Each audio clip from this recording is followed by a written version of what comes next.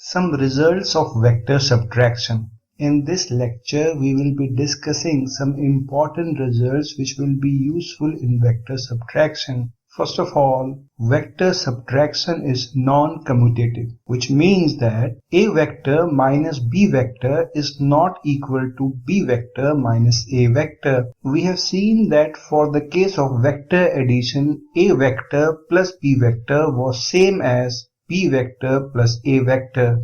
But in the case of vector subtraction, a vector minus b vector will not represent the same vector as b vector minus a vector. It is very easy for us to prove.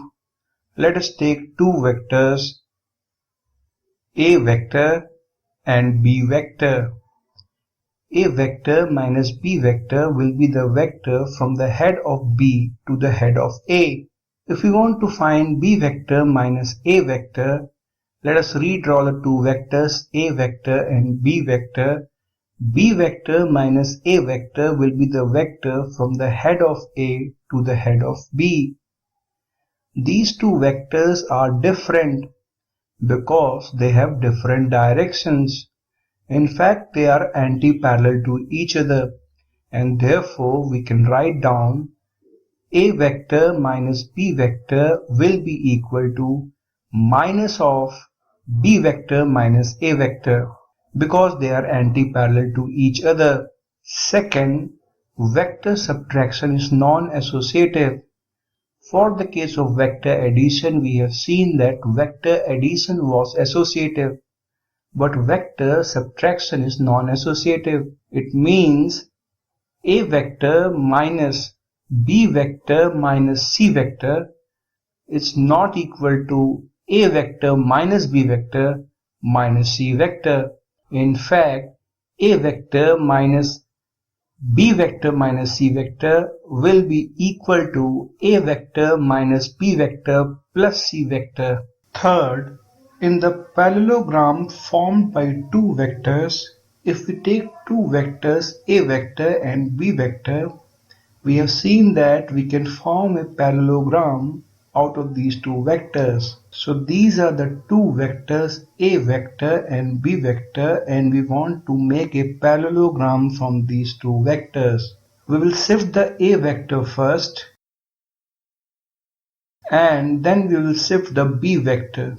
The resulting figure is a parallelogram. This parallelogram will have two diagonals. The first diagonal, which originates from the tail of a and b and goes till the head of a and b, let us call it diagonal D1. The other diagonal, which originates from head of b to head of a, let us call it D2. From the knowledge of vectors we have gathered so far, we can say D1 vector will be equal to a vector plus b vector. This is as per the parallelogram law of vector addition. Further, D2 vector will be equal to a vector minus b vector because a vector and b vector are placed with their tails over each other and D2 vector points from head of b to head of a. If the angle between a and b is theta, so this is the angle theta between a and b, the angle between a and minus b vector will be 180 minus theta. Why it is so? Let us say these are the two vectors a vector and b vector and the angle between them is theta. Remember our discussion of angle between two vectors. The angle is defined always between the positive direction of the two vectors. Therefore, this will be the angle theta between a vector and b vector. Minus b vector will be a vector opposite to direction of b and equal in magnitude. So let us draw minus b vector. The angle between the positive directions of a vector and minus b vector will therefore be equal to 180 minus theta.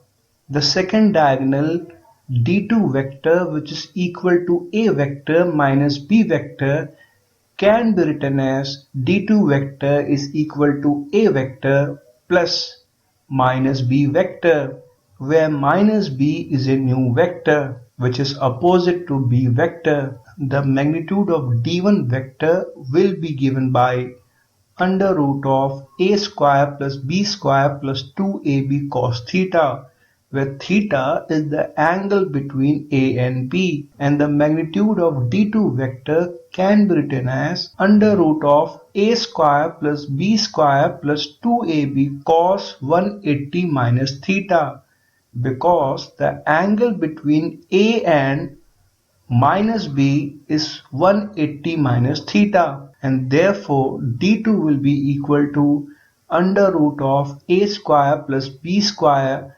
minus 2ab cos theta.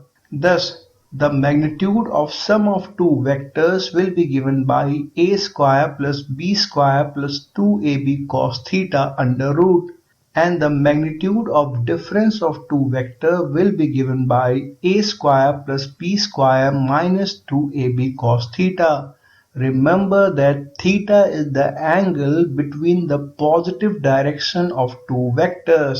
Fourth, if d vector is equal to a vector minus b vector, then the magnitude of d will be equal to under root of a square plus b square minus 2ab cos theta, where theta is the angle between the positive directions of a and b. From this formula, it is clear that the magnitude of d will depend upon theta. D will be maximum when cos theta will be equal to minus 1, or theta, the angle between two vectors, will be equal to 180 degree. That means a vector and b vector are anti-parallel. So these are the two vectors, a vector and b vector, which are anti-parallel to each other. D vector will be a vector from the head of b to the head of a, and the magnitude of this vector will be equal to the magnitude of a plus magnitude of b, and the magnitude of d will be minimum when cos theta will be equal to plus 1, or theta will be equal to 0. That means a vector and b vector are parallel. So these are the two vectors, a vector and b vector, which are parallel to each other, and we want to find a vector minus b vector. We have combined the tails of the two vectors together. A vector minus b vector will be the line joining the head of b to the head of a. The magnitude of d vector in this case will be equal to magnitude of a minus magnitude of b.